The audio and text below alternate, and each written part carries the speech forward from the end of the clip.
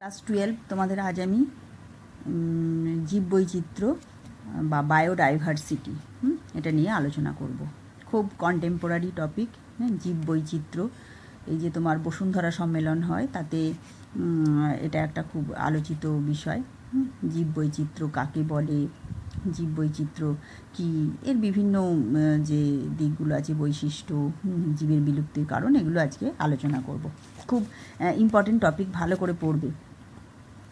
ঠিক আছে, দেখো, প্রথম যেটা জানতে হবে যে জীববৈচিত্র্য, যাকে ইংরাজিতে বলা হয় বায়োডাইভার্সিটি। এর মানে কি? বায়ো মানে আমরা জানি জীবন বা প্রাণ, এবং ডাইভার্সিটি হচ্ছে বিভিন্নতা বা বৈচিত্র্য। তাহলে বায়োডাইভার্সিটি জীবন বা প্রাণ, আর হচ্ছে বিভিন্নতা বা বৈচিত্র্য। তার মানে কি, যে এই দুটি শব্দ যুক্ত করে ইংরাজিতে বায়োডাইভার্সিটি বা বাংলায় জীব বৈচিত্র্য কথার উৎপত্তি। বিভিন্ন রকমের জীব, সেটাই বায়োডাইভার্সিটি। আচ্ছা, সংজ্ঞাটা করতে হবে ভালো করে। দেখো, সংজ্ঞাটা আমি লিখেছি, সংজ্ঞাটা মুখস্থ করবে। সাধারণভাবে বলা যায়, যখন কোনো বাস্তু ক্ষেত্রে বহু সংখ্যক নানা প্রজাতির জীব বা জীবগোষ্ঠী নিজেদের বাঁচিয়ে রাখার জন্য পরস্পর সহাবস্থান করে।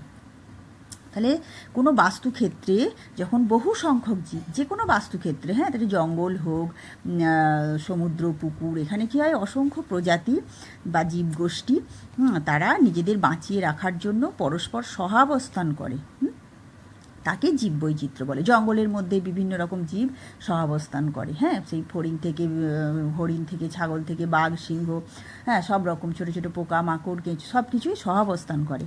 এটাই হচ্ছে, এবং পরস্পর বাঁচিয়ে রাখার জন্য সহাবস্থান করে। এ ওকে খায়, ও ওকে খায়। এটাকে বলা হচ্ছে জীববৈচিত্র্য। জীবের যে বিভিন্ন রকম জীবের যে বৈচিত্র্য, সেটাই জীববৈচিত্র্য। যেমন সুন্দরবন অঞ্চল জীববৈচিত্র্যের জন্য বিখ্যাত, বহু রকম জীব এখানে দেখা যায়। আচ্ছা, জীববৈচিত্র্যের বৈশিষ্ট্য। জীববৈচিত্র্যের বৈশিষ্ট্য কি? প্রথমত হচ্ছে জীববৈচিত্র্যের বৈশিষ্ট্য বাস্তুতন্ত্রের বহুরূপতা। জীববৈচিত্র্যের বৈশিষ্ট্য তোমাদের একটুখানি আমি এই বইটা থেকে যদি আলোচনা করি, জীববৈচিত্র্যের বৈশিষ্ট্যটা দেখো, বাস্তুতন্ত্রের এইটা থেকে একটু দেখে নাও। বাস্তুতন্ত্রের জীববৈচিত্র্যের যে বৈশিষ্ট্য, সে বাস্তুতন্ত্রের বহুরূপতা। কী কী বৈশিষ্ট্য আমরা পাই? প্রকৃতি বা পরিবেশের মধ্যে বাস্তুতন্ত্রের বহুরূপতাই জীববৈচিত্র্যের বৈশিষ্ট্য। আচ্ছা, সেকেন্ড হচ্ছে জীবগোষ্ঠীর পার্থক্যের সহাবস্থান। উদ্ভিদ গোষ্ঠী, প্রাণী গোষ্ঠী এবং ক্ষুদ্র জীবগোষ্ঠীর ধরনগত ও প্রকারগত পার্থক্যের সহাবস্থান দেখা যায়। বিভিন্ন রকম উদ্ভিদ, বিভিন্ন রকম প্রাণী, বিভিন্ন ক্ষুদ্র জীবগোষ্ঠীর বিভিন্ন ধরনগত, প্রকারগত, বিভিন্ন মানে টাইপের এদের সহাবস্থান লক্ষ্য করা যায়। মানে বিভিন্ন রকমের জীব একই সঙ্গে বাস করে, সেটাই বলছে সহাবস্থান বিভিন্ন রকম জীবের। আচ্ছা, থার্ড হচ্ছে সব প্রজাতির সক্রিয় ভূমিকা। বাস্তুতন্ত্রে পারস্পরিক সম্পর্কযুক্ত এবং মিথস্ক্রিয়ারত সমস্ত প্রজাতির অধীনস্থ বৈচিত্র্যপূর্ণ ও বিভিন্নতা বিশিষ্ট জীব জীববৈচিত্র্য গড়ে তুলতে সাহায্য করে। একে অপরের সঙ্গে সম্পর্কযুক্ত, যেমন তোমার এ ওকে খায়, হাঁস ফড়িংকে খায় ব্যাঙ, ব্যাঙকে খায় সাপ, সাপকে খায় বাজ পাখি। পারস্পরিক বাস্তুতন্ত্রে সম্পর্কযুক্ত, মিথস্ক্রিয়ারত, তারপরে তোমার এই ছোটো ছোটো অণুজীবগুলো আবার মরা পচা জীব খায়। তারপরে যে ছত্রাক, পচা গলা জিনিসের ওপর হয়, যে মিথস্ক্রিয়ারত সমস্ত প্রজাতির অধীনস্থ বৈচিত্র্যপূর্ণ এবং বিভিন্নতা বিশিষ্ট জীব। তাহলে বৈচিত্র্যপূর্ণ এবং বিভিন্নতা বিশিষ্ট জীব সবারই কিন্তু সক্রিয় ভূমিকা আছে।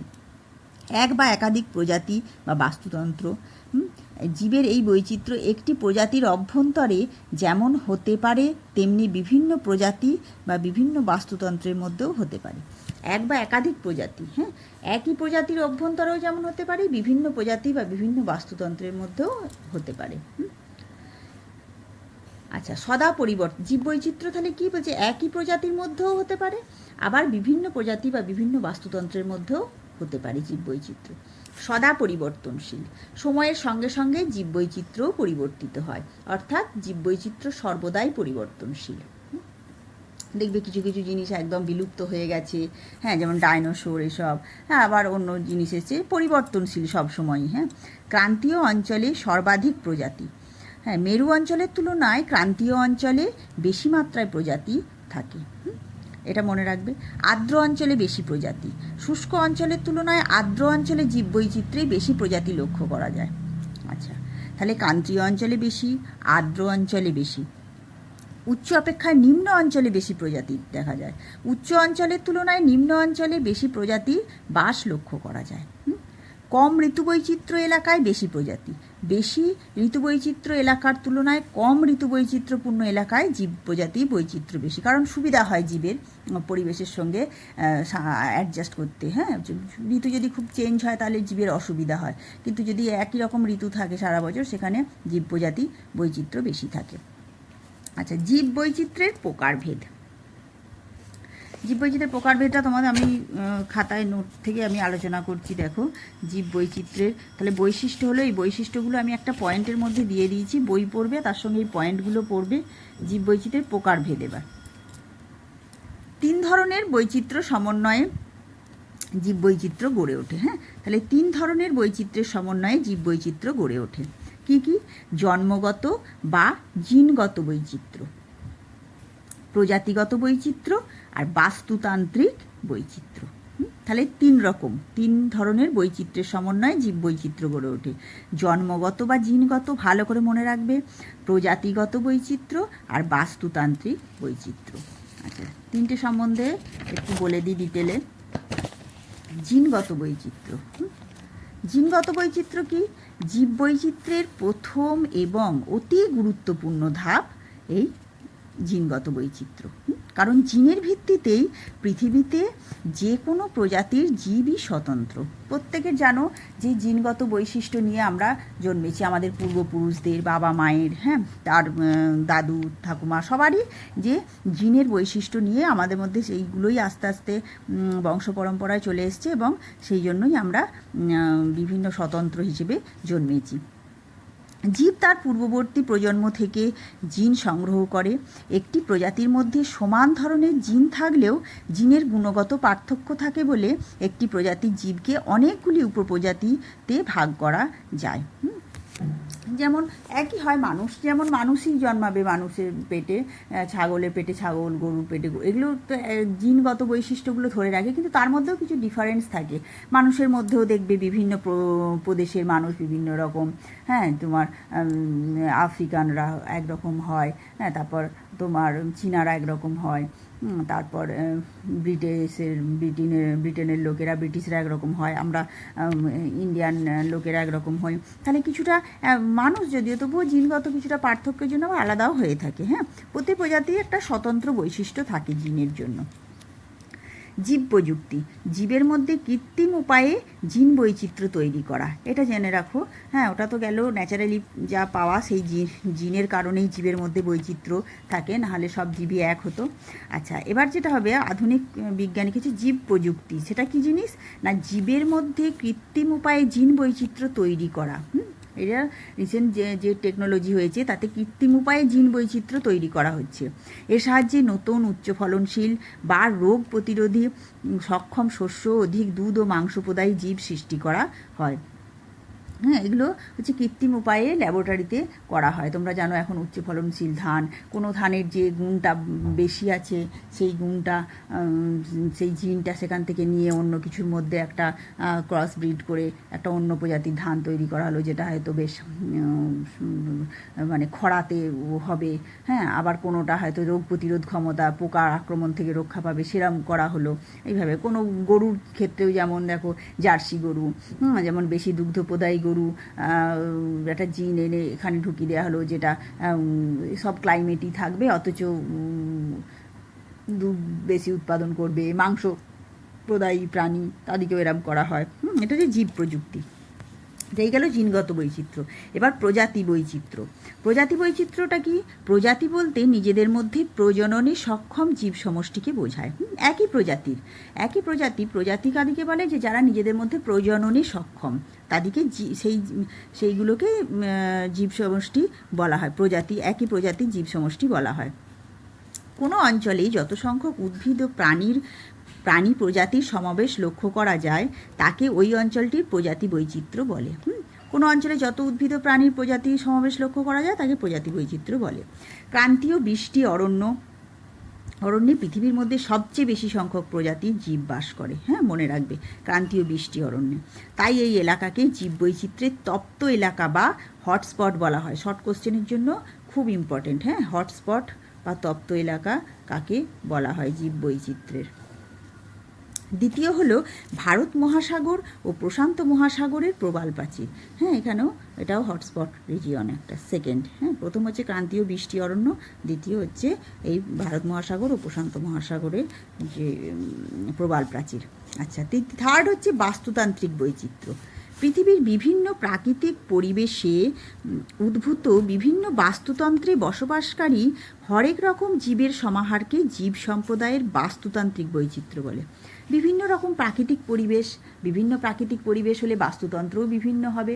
সেই বিভিন্ন রকম বাস্তুতন্ত্রে যে জীব সম্প্রদায় থাকে তাদেরকে বাস্তুতান্ত্রিক বৈচিত্র্য বলে। যেমন তুন্দ্রা অঞ্চলে একরকম জীববৈচিত্র্য থাকবে, হ্যাঁ, মরু অঞ্চলে একরকম থাকবে, ক্রান্তীয় অঞ্চলে একরকম থাকবে, আবার তোমার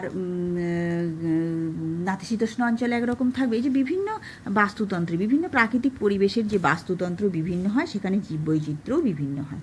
ফলে সমুদ্রের গভীর অঞ্চলে বসবাসকারী জীব উপকূলীয় অগভীর জলের জীবের থেকে আলাদা। বাস্তুতন্ত্র দুটো আলাদা, জীবগুলোও আলাদা। আবার উষ্ণ মরুভূমির জীব শীতল মেরু বাস্তুতন্ত্রের জীবের তুলনায় আলাদা। তাহলে বুঝতে পারলে জীববৈচিত্র্য তিনটে জিনিসের ওপর ভিত্তি করে গড়ে ওঠে। একটা হচ্ছে জিনগত বৈচিত্র্য, একটা প্রজাতিগত বৈচিত্র্য, আর একটা বাস্তুতান্ত্রিক বৈচিত্র্য।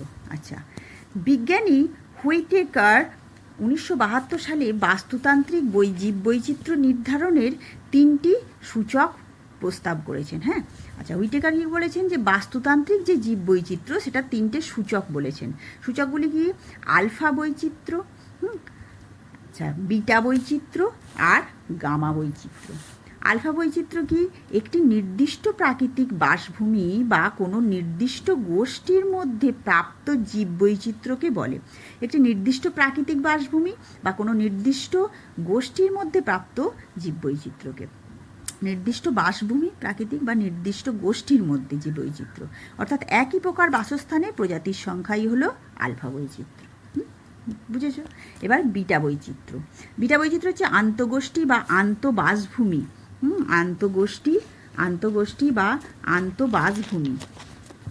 বাসভূমি অর্থাৎ ভিন্ন স্থানের জীববৈচিত্র্যকে বিটা বৈচিত্র্য বলে। হ্যাঁ, মানে জানো একটা বাস্তুতন্ত্র বাসভূমি আর অন্য বাসভূমি, দুটো আলাদা বাসভূমির যে জীববৈচিত্র্য। আবার বাসস্থান একই হলেও জীববৈচিত্র্য সামান্য হলেও ভিন্ন হয়, এটাই বিটা বৈচিত্র্য। হ্যাঁ, আবার বাসস্থান একই, আবার জীববৈচিত্র্য মানে অনেক সময় ভিন্ন হয়। হ্যাঁ, একই টাইপের বাসস্থান কিন্তু জীববৈচিত্র্য ভিন্ন হতে পারে। কোনো জায়গার ক্রান্তীয় বনে অমুক পশুটা বেশি দেখা যায়, কোনো জায়গায় আবার এই পশুটা বেশি, এটা হতে পারে। এটাও বিটা বৈচিত্র্য। গামা বৈচিত্র্য, যে কোনো বৃহদায়তন ভৌগোলিক অঞ্চল যেমন হিমালয় অঞ্চল, এর মধ্যে পরিবেশ, প্রাকৃতিক বনভূমি ও গোষ্ঠীগত বিভিন্নতার জন্য উদ্ভূত জীববৈচিত্র্যকে গামা বৈচিত্র্য বলে। যে কোনো বৃহদায়তন ভৌগোলিক পরিবেশ, হিমালয় অঞ্চল, হ্যাঁ, এর মধ্যে পরিবেশ হিমালয় অঞ্চলে অনেক রকম মানে পরিবেশগত পার্থক্য আছে। হ্যাঁ, বনভূমির পার্থক্য আছে, পরিবেশের পার্থক্য আছে, সেই জন্য যে গোষ্ঠীগত বিভিন্নতা সেইটাকে আমরা বলছি গামা বৈচিত্র্য। হ্যাঁ, তাহলে জীববৈচিত্র্যের যে বাস্তুতান্ত্রিক ভিত্তিক যে জীববৈচিত্র্যের প্রকারভেদ সেটা আমি তোমাদের একটুখানি বলে দিলাম। আচ্ছা, এবার যেটা দেখতে হবে জীববৈচিত্র্যের বিনাশ। এটা খুব ইম্পর্টেন্ট, লস অফ বায়োডাইভার্সিটি। জীববৈচিত্র্যের যে বিনাশ হচ্ছে, অনেক প্রজাতি বিলুপ্ত হয়ে যাচ্ছে, সেটা আমাদের এখন সচেতন হবার সময় এসেছে। আচ্ছা, যখন কোনো প্রজাতির সর্বশেষ স্বতন্ত্র জীবটি কোনো বংশধর না রেখে মারা যায়, তাহলে জীববৈচিত্র্যের বিনাশ কাকে বলে? যখন কোনো প্রজাতির সর্বশেষ স্বতন্ত্র জীবটি কোনো বংশধর না রেখে মারা যায়, তখন জীবের ওই নিশ্চিহ্ন হওয়ার ঘটনাকে প্রজাতির বিলুপ্তি বলে। এর কারণগুলো কি কি? যেমন তোমার ডায়নোসর দেখো, হ্যাঁ, বিলুপ্ত হয়ে গেছে, হ্যাঁ, প্রজাতির বিলুপ্তি হয়ে গেছে। হ্যাঁ, তাহলে এরকম অনেক আছে, আমি পরে আর একটু আলোচনা করে দেবো। আচ্ছা, এইগুলোর কারণগুলো কি তোমাদের জানতে হবে। 1 নম্বর কারণ হচ্ছে জলবায়ু পরিবর্তন, জীববৈচিত্র্যের কারণ এগুলো। জলবায়ু পরিবর্তনটা একটু যদি আলোচনা করি, দেখো বই থেকে, জলবায়ুর পরিবর্তন ঘটলে কোনো নির্দিষ্ট বাসস্থানে প্রজাতির বন্টন প্রতিকূল পরিস্থিতির সম্মুখীন হয় এবং অভিযোজনের অক্ষমতার কারণে অবলুপ্ত হয়। হঠাৎ করে হয়তো গ্লেসিয়াল যুগ চলে এলো গরমের কোনো জায়গায়, তাহলে এই যে গরমের জায়গায় সেখানে জীবেদের যেরকম অভিযোজন করার বৈশিষ্ট্য, সেগুলো গ্লেসিয়াল ঠান্ডা জায়গায় তারা পারবে না, তখন বিলুপ্ত হয়ে যায়। পুরো জায়গাটা হয়তো সমুদ্রের তলায় চলে গেল, তাহলে স্থলভাগের মানুষ যদি সমুদ্রের তলায় সেই প্রাকৃতিক পরিবেশ চলে যায়, তাহলে জীববৈচিত্র্য বিনষ্ট হবে। তাহলে জলবায়ুর পরিবর্তন একটা ব্যাপার। 2 নম্বর হচ্ছে মহাদেশীয় সঞ্চরণ, সমুদ্র তলদেশের বিস্তার, প্লেট ভূগঠন ও অন্যান্য কারণ। মহাদেশীয় ভূখণ্ড প্লেট ভূগঠনের প্রভাবে যখন স্থান পরিবর্তন করে, ফলে ওই বাস্তুতন্ত্রে বসবাসকারী জীবগোষ্ঠী বিভিন্ন পীড়নের সম্মুখীন হয় এবং বিনষ্ট হয়। যেমন প্যানজিয়া ভেঙে যাওয়ার পরে বহু জীব প্রজাতির বিনাশ ঘটেছে। 3, প্রাকৃতিক বাসভূমির খণ্ডীকরণ। হ্যাঁ, জীব প্রজাতির সমৃদ্ধ প্রাকৃতিক বাসভূমি যখন চাষাবাদ, বনায়ন, পর্যটন প্রভৃতি অর্থনৈতিক উদ্যোগের জন্য বিভিন্ন অংশে বিভক্ত করা হয়, হ্যাঁ, যখন প্রাকৃতিক বাসভূমি যখন অনেক অর্থনৈতিক কার্যের জন্য, পর্যটন, চাষাবাদের জন্য বিভক্ত করা হয়, তখন আদিম জীব প্রজাতিগুলি নতুন আসা জীব প্রজাতিগুলির দাপটে অনেক ক্ষেত্রেই বিনষ্ট হয়। যেমন ধান, গম, ভুট্টা, ডাল, কচুরিপানা, ল্যান্টানা, ইউক্যালিপটাস, হ্যাঁ, প্রভৃতি প্রজাতির মধ্যে আগ্রাসী বৈশিষ্ট্য আছে। এরা অন্য জায়গার জিনিসগুলোকে সব নষ্ট করে দেয়। জীবগোষ্ঠীর ক্ষুদ্র আয়তন। বিজ্ঞানীরা লক্ষ্য করেছেন যে বৃহৎ জীবগোষ্ঠীর তুলনায় ক্ষুদ্র জীবগোষ্ঠীর বিনাশের আশঙ্কা তুলনামূলক বেশি। হ্যাঁ, যেগুলো ক্ষুদ্র জীবগোষ্ঠী, তারা টিকতে পারে না, কারণ ক্ষুদ্র জীবগোষ্ঠীর মধ্যে বংশবিস্তারের গতি ও সম্ভাবনা কম। ক্ষুদ্র জীবগোষ্ঠী যেগুলো, এই জন্য দ্বীপের জীবগোষ্ঠী মহাদেশীয় জীবগোষ্ঠীর তুলনায় অধিক বিপদগ্রস্ত। দ্বীপে কী হয়, ছোট ছোট দ্বীপে ছোট অল্প সংখ্যক জীব থাকে, তারা কিন্তু সহজেই বিনাশ পেয়ে যায়। বন বিনাশ, কৃষিকাজের সম্প্রসারণ, নগরায়ন, এটা তো জানো একদম বার্নিং একটা কজ। হ্যাঁ, এই যে মানুষের বিভিন্ন প্রয়োজনে জমির ব্যবহার প্রণালীর পরিবর্তন হয়েছে, ভূখণ্ডে বসবাসকারী অসংখ্য কীটপতঙ্গ, অণুজীব প্রভৃতি বিনাশ ঘটে। অরণ্য ধ্বংস হলে, কৃষিকাজের জন্য বনভূমি এলাকার মধ্যে কৃষি জমির সম্প্রসারণ হলে, গ্রামীণ বসতি থেকে নগরায়নের মাধ্যমে বসতি রূপান্তর, হ্যাঁ, এই যে তোমার নগরায়ন হচ্ছে, সব গাছপালা কেটে দিয়ে কৃষি জমি হচ্ছে, মানুষের বসতি গড়ে উঠছে, কলকারখানা হচ্ছে, এতে জীব প্রজাতি ধ্বংস হচ্ছে। ঝড়, বন্যা এবং অন্যান্য প্রাকৃতিক বিপর্যয় তো আছেই। হ্যাঁ, সুন্দরবন ও সন্নিহিত এলাকায় যে ঝড় হলো, আয়লা, প্রচুর জলমগ্ন হয়ে গেছে জায়গা, তার ফলে জীবের ক্ষতি হয়েছে। পরিবেশ দূষণ, বায়ু, মাটি, জল ক্রমাগত দূষিত হওয়ার ফলে অনেক ক্ষুদ্র উদ্ভিদ প্রাণীর বিনাশ ঘটেছে। এই কারণে ঘুঘু, চড়াই, শকুনের সংখ্যাও লক্ষণীয়ভাবে হ্রাস পেয়েছে। আচ্ছা, এবার জীববৈচিত্র্যের বিলুপ্তির কিছু একটা ডেটা দেওয়া হয়েছে।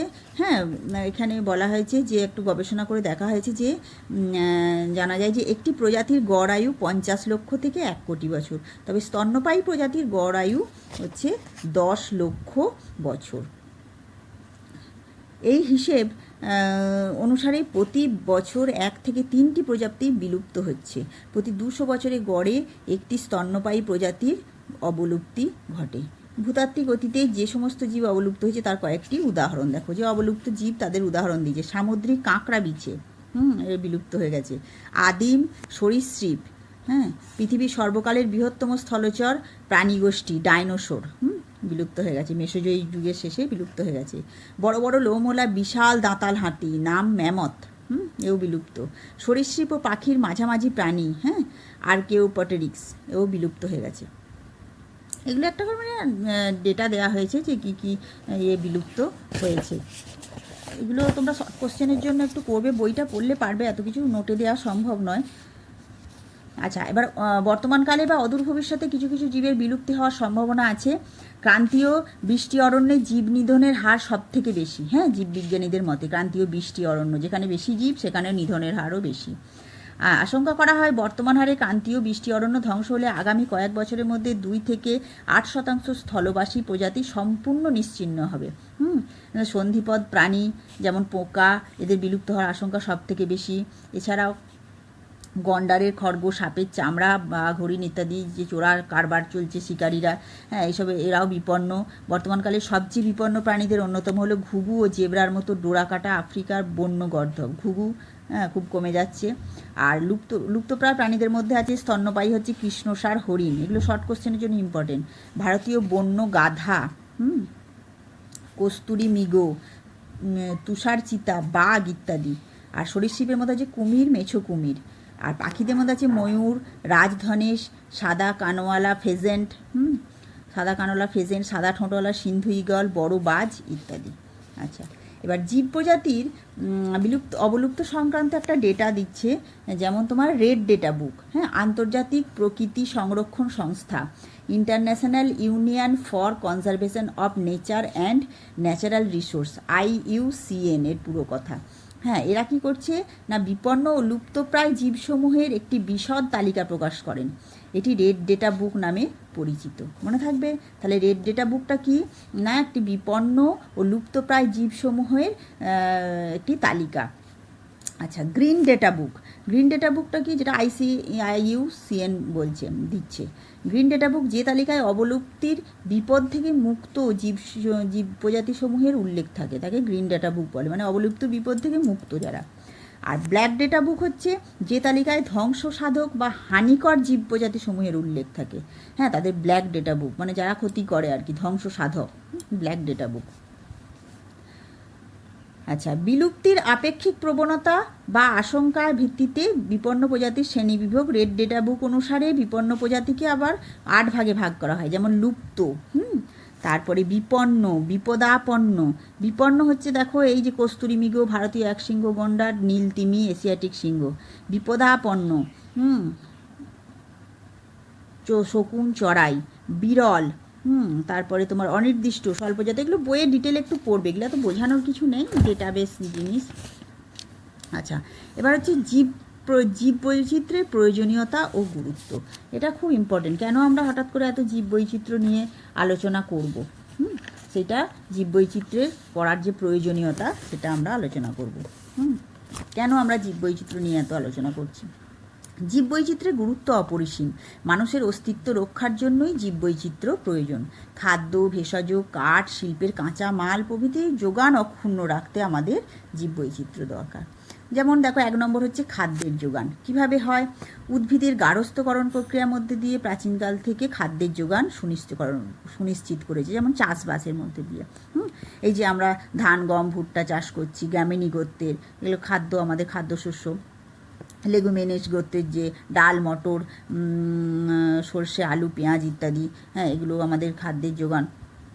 এছাড়া দুধ, মাংস, ডিম এর জন্য গরু, ছাগল, মাছ, মুরগি, হাঁস প্রভৃতিকে বাণিজ্যিকভাবে পালন করছে। এগুলোর জন্য উচ্চ ফলনশীল শস্যের চাষ করেছে। হ্যাঁ, তাহলে এগুলো আমাদের খাদ্যের যোগান দিচ্ছে জীববৈচিত্র্য। ভেষজের যোগান, হ্যাঁ, ভেষজ মানে যেগুলো আমাদের চিকিৎসার কাজে লাগে। বিজ্ঞানীদের মতে 90টি উদ্ভিদ প্রজাতি থেকে 120 রকমের প্রয়োজনীয় ওষুধ পাওয়া যায়। এছাড়া উন্নয়নশীল দেশগুলোর 40% মানুষ ভেষজ ওষুধপত্রের জন্য সরাসরি গাছপালার ওপর নির্ভর করে। যেমন দেখো, ক্যান্সারের ওষুধ হচ্ছে ট্যাক্সাস বাকাটা উদ্ভিদ প্রজাতি থেকে পাওয়া যায়। ম্যালেরিয়ার কুইনাইন, হ্যাঁ, সিনকোনা লেজরিয়ানা। রক্তচাপ বৃদ্ধিতে রায়োলোফিয়া রেসারপিন, হ্যাঁ, এই উদ্ভিদগুলো থেকে পাওয়া যায়। এছাড়া হচ্ছে কাঠের যোগান, হ্যাঁ, বাড়িঘর, যারা কাঠের আসবাবপত্র, বাড়িঘর, কাগজের মণ্ড তৈরি করতে অবশ্যই দরকার কাঠের, হ্যাঁ। আচ্ছা, তারপর যে জলবায়ুর পরিবর্তন হারের নিয়ন্ত্রণ, হ্যাঁ, উদ্ভিদের জন্য আমাদের জলবায়ু যেন ঠিক থাকে, হ্যাঁ, বায়ুমণ্ডলে উষ্ণতা, আর্দ্রতা, ভারসাম্য রক্ষা করে। আচ্ছা, জল দূষণ নিয়ন্ত্রণ, জলে দ্রবীভূত বিভিন্ন রকম রাসায়নিক ধাতব কণাকে জলজ উদ্ভিদ শোষণ করে জলকে পরিশ্রুত রাখে, ফলে পুকুর, খাল, বিল এলাকা জলদূষণ নিয়ন্ত্রণে থাকে। জীববৈচিত্র্যের সংরক্ষণ, প্রাকৃতিক পরিবেশে খাদ্য শৃঙ্খল ও খাদ্য জালিকার মাধ্যমে জীব সম্প্রদায়ের পরস্পরে নির্ভরশীল হয়ে থাকে। জীববৈচিত্র্য সংরক্ষণে খাদ্য শৃঙ্খল ও খাদ্য জালিকার মাধ্যমে শক্তি প্রবাহ অক্ষুণ্ণ রাখা। এই কারণে বিভিন্ন প্রাকৃতিক পরিবেশে বসবাসকারী জীবজগৎকে রক্ষা করা। এই যে ইকোসিস্টেম, আমরা বলি ব্যালেন্স নষ্ট হয়ে যাবে কেন না, যদি সাপ যদি না ব্যাঙ খায় প্রচুর ব্যাঙ বেড়ে যাবে, হ্যাঁ, আবার বাজ পাখি যদি না সাপ খায় প্রচুর সাপ বেড়ে যাবে, বাঘ যদি না হরিণ খায় প্রচুর হরিণ বেড়ে যাবে, তারা সব গাছপালা খেয়ে নেবে, আবার কিছু হরিণও থাকা দরকার, না হলে আবার বাঘ মরে যাবে, আবার গাছপালা এত বেশি হয়ে যাবে। সেই সব কারণে ইকোসিস্টেমের ব্যালেন্স বজায় রাখার জন্য জীববৈচিত্র্য দরকার। পর্যটন শিল্পের প্রসার, আমরা জানি বিভিন্ন রকম অভয়ারণ্য, জাতীয় উদ্যান, এগুলোতে মানুষ যায়, পর্যটন শিল্পের প্রসার ঘটেছে, জীববৈচিত্র্যকে নিয়ে আমাদের অর্থনীতির উন্নতি সম্ভব হচ্ছে। আচ্ছা, জীববৈচিত্র্য সংরক্ষণের গুরুত্ব, ওটা গেল প্রয়োজনীয়তা। এবার সংরক্ষণের জীববৈচিত্র্যের প্রয়োজনীয়তা আর সংরক্ষণের গুরুত্ব। সংরক্ষণের গুরুত্ব দেখো, প্রাকৃতিক পরিবেশে খাদ্য শৃঙ্খল অটুট রাখা।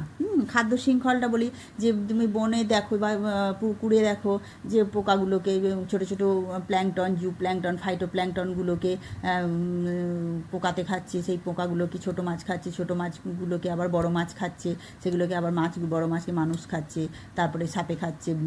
এইভাবে যে খাদ্য শৃঙ্খল অটুট রাখা। অক্সিজেনের যোগান অক্ষুণ্ণ রাখা। বাস্তুতন্ত্রকে অটুট রাখা যায়, ফলে প্রকৃতির ভারসাম্য বজায় থাকে। প্রকৃতিতে জীবজগতের জন্তুর বাসভূমি অটুট রাখা যায়, লুপ্তপ্রায় জীবজন্তুকে রক্ষা করা যায়, কৃষ্ণসার হরিণ, লজ্জাবতী বাঁদর, তুষার চিতা, ধনেশ পাখি ইত্যাদি। পর্যটন শিল্প গড়ে তোলা যায়, যেমন জলদাপাড়া, শিমলিপাল অভয়ারণ্য। জীবজন্তু সম্বন্ধে গবেষণা করা যায় ও বিকাশ ও তাদের বিকাশ ও বিবর্তনের ধারা অব্যাহত রাখা যায়। এটা হচ্ছে সংরক্ষণের গুরুত্ব। আচ্ছা, লাস্ট হচ্ছে জীববৈচিত্র্য ও মানুষ, মানুষের সঙ্গে জীববৈচিত্র্যের সম্পর্ক। জীববৈচিত্র্য মানুষকে বাদ দিয়ে অসম্পূর্ণ। মানুষের দু রকমের ভূমিকা আছে, জীববৈচিত্র্যের ধ্বংসকারক আর জীববৈচিত্র্যের সংরক্ষক।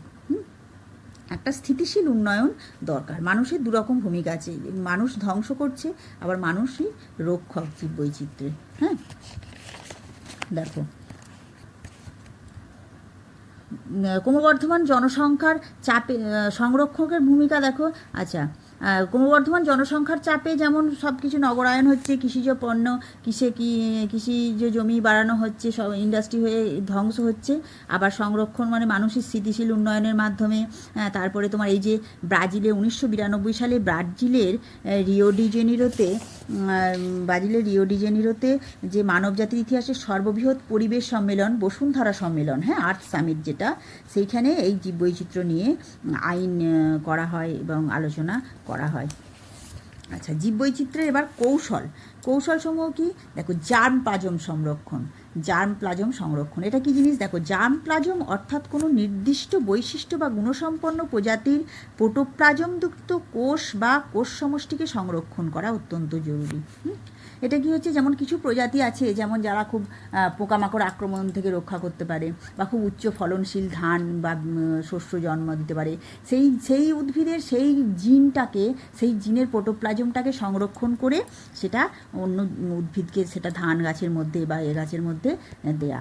কোনো উদ্ভিদ হয়তো পোকামাকড়কে খুব প্রতিহত করতে পারে, সেই ক্ষমতাটা আছে তার, সেই জিনের সেই প্রোটোপ্লাজমটাকে নিয়ে সেটাকে আমরা সংরক্ষণ করে ধান, গম, যব খাদ্যশস্যের মধ্যে যদি সেই জিনটা আমরা দিতে পারি, তাহলে আমরা রোগ প্রতিরোধকারী বা পোকামাকড় আক্রমণ প্রতিহতকারী ধান, গম, যব পাবো, খাদ্যশস্য পাবো। এই করাটাকে এটা কি বলা হয়, জার্মপ্লাজম সংরক্ষণ। এটা দুভাবে হয়, এক্স সিটু কনজারভেশন আর in situ conservation. Ex situ হচ্ছে বাসভূমি থেকে দূরে, ধরো যেখানে জীবটা আছে এখান থেকে জিনটাকে নিয়ে, প্রোটোপ্লাজম নিয়ে দূরে গবেষণাগারে এটাকে আমরা সংরক্ষণ করে অন্য জীবের মধ্যে দিচ্ছি, এটাই এক্স সিটু। আর ইন সিটু হচ্ছে ওই নিজস্ব বাসভূমিতেই যদি আমরা সংরক্ষণ করি, ইন সিটু কনজারভেশন বলে। আচ্ছা, বন্য প্রাণী সংরক্ষণ পদ্ধতি।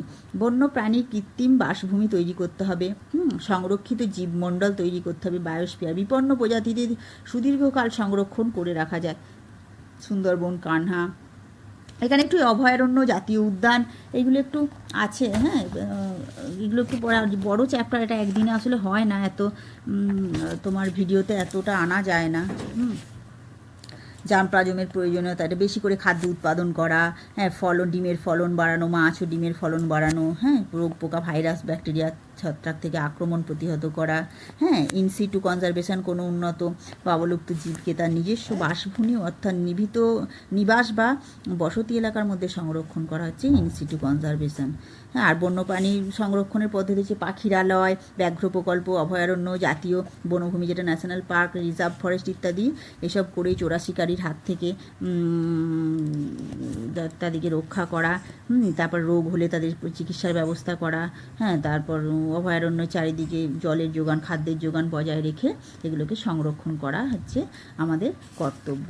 আর অভয়ারণ্য, জাতীয় উদ্যান এগুলো বলবে। অভয়ারণ্য হচ্ছে সেই সব সংরক্ষিত বনভূমিকে বোঝায়। অভয়ারণ্য, জাতীয় উদ্যানটা একটু সংজ্ঞাটা করে রাখবে। যেই সব অভয়ারণ্য বলতে সেই সব সংরক্ষিত বনভূমিকে বোঝায় যেখানে বিশেষ কিছু ধরনের উদ্ভিদ ও প্রাণী বসবাস করে। যেমন গরুমারা অভয়ারণ্যে একশৃঙ্গ গন্ডার, হাতি, বাঘ। হ্যাঁ, ভারতে 492টি অভয়ারণ্য আছে। পরিবেশ ও বন দপ্তরের আইন অনুযায়ী অভয়ারণ্যের সম্পদ নষ্ট করা যায় না। বিশেষ কিছু প্রাণী ওখানে থাকে। আর জাতীয় উদ্যান কোনগুলো? জাতীয় উদ্যান বা ন্যাশনাল পার্ক বলতে সেই সমস্ত অঞ্চলকে বোঝায় যার প্রাকৃতিক সৌন্দর্য সহ সব ধরনের গাছপালা ও জীবজন্তুকে তাদের নিজস্ব পরিবেশে সংরক্ষণ করা হয়। প্রকৃতি ও প্রাকৃতিক সম্পদ সংরক্ষণের আন্তর্জাতিক সংস্থা IUCN-এর উদ্যোগে সারা পৃথিবীতে 100-র বেশি জাতীয় উদ্যান আছে। হ্যাঁ, যেমন উত্তরপ্রদেশের যেমন করবেট ন্যাশনাল পার্ক সবচেয়ে পুরনো। আর এর নাম আগে ছিল হেইলি ন্যাশনাল পার্ক। এটা শর্ট কোশ্চেনের জন্য করে রাখবে। 1935 সালে এটা গড়ে উঠেছে। ঠিক আছে। আর কয়েকটা জিনিস, আমেরিকার ইয়েলোস্টোন ন্যাশনাল পার্ক পৃথিবীর সর্বপ্রথম জাতীয় উদ্যান। এটাও শর্ট কোশ্চেনের জন্য করে রাখবে। ইয়েলোস্টোন। ভারতের হচ্ছে করবেট সবচেয়ে পুরনো। এটা ওল্ড ফেথফুল নামে একটি উষ্ণ প্রস্রবণ আছে, জানো। আর এইটা আগে হেলি ন্যাশনাল, ঠিক আছে, হেলি ন্যাশনাল পার্ক নাম দেওয়া হয়েছিল। ঠিক আছে, পড়বে ভালো করে ভিডিওটা দেখবে, নোটসটা দিয়ে দেবো তোমাদের, নোটসটা করবে।